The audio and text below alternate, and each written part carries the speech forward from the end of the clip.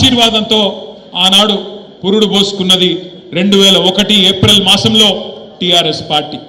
ఒకే ఒక్క లక్ష్యం కేసీఆర్ గారు ఆనాడు చెప్పినారు, గొంగలి పురుగునైనా ముద్దాడుతా, కుష్టు రోగునైనా కౌగిలించుకుంటా, తెలంగాణ కోసం ఆర్ఎస్ఎస్ నుంచి మొదలు పెడితే ఆర్ఎస్యు దాకా, రాష్ట్రీయ స్వయం సేవక్ సంఘ్ నుంచి మొదలు పెడితే రాడికల్ స్టూడెంట్ యూనియన్ దాకా, లెఫ్ట్ నుంచి రైట్ దాకా అందరినీ కలుపుకపోతా, మీరు చేయాల్సిందల్లా ఒకటే, తెలంగాణ రాష్ట్ర సమితికి ఓట్లు వేయండి, ఎమ్మెల్యేలుగా ఎంపీలుగా మాకు అవకాశం ఇవ్వండి, ఢిల్లీ మెడలు వంచి తెలంగాణ తెచ్చి మీ దగ్గర పెడతా, దబ్బన మధ్యలగిన నేను తప్పుకుంటే నన్ను రాళ్లతోని కొట్టి చంపే అధికారం మీకిస్తున్నా అని చెప్పిన నాయకుడు మన నాయకుడు కేసీఆర్ గారు.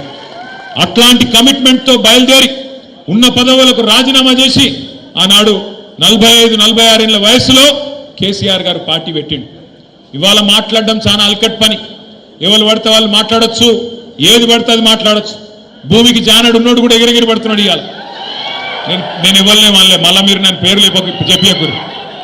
భూమికి జాననున్నోడు, 3 ఫీట్లు ఉన్నోడు, కేసీఆర్ ఏం చేసిండు, కేసీఆర్ ఎవరు అని మాట్లాడేటోళ్ళు కూడా ఉన్నారు. ఇవాళ ఆ రోజు తెలంగాణ కనీసం ఎట్లుంటుందో తెలియదు, ఆకారం ఏందో తెలియదు, ఇక్కడ ఏముందో తెలియదు, యాడ ఏ నది ఉందో తెలియదు, అట్లాంటి వాళ్ళు కూడా ఇవాళ మాట్లాడుతూ ఉన్నారు, ఎగిరెగిరి పడుతున్నారు.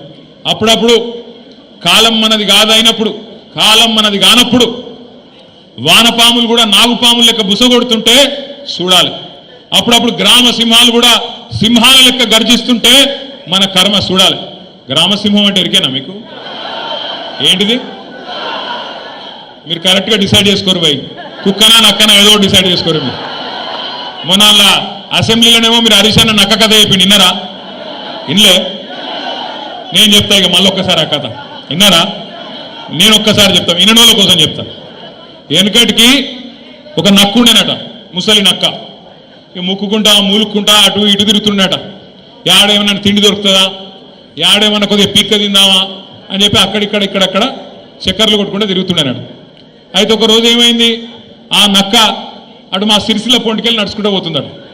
పొంగ మా దగ్గర బాగా, మా గూడూరు ప్రవీణ్ అని ఇక్కడనే ఉన్నాడు, ఇక్కడనో ఇగో అక్కడ మా దగ్గర పద్మశాలి సోదరులు బాగుంటారు.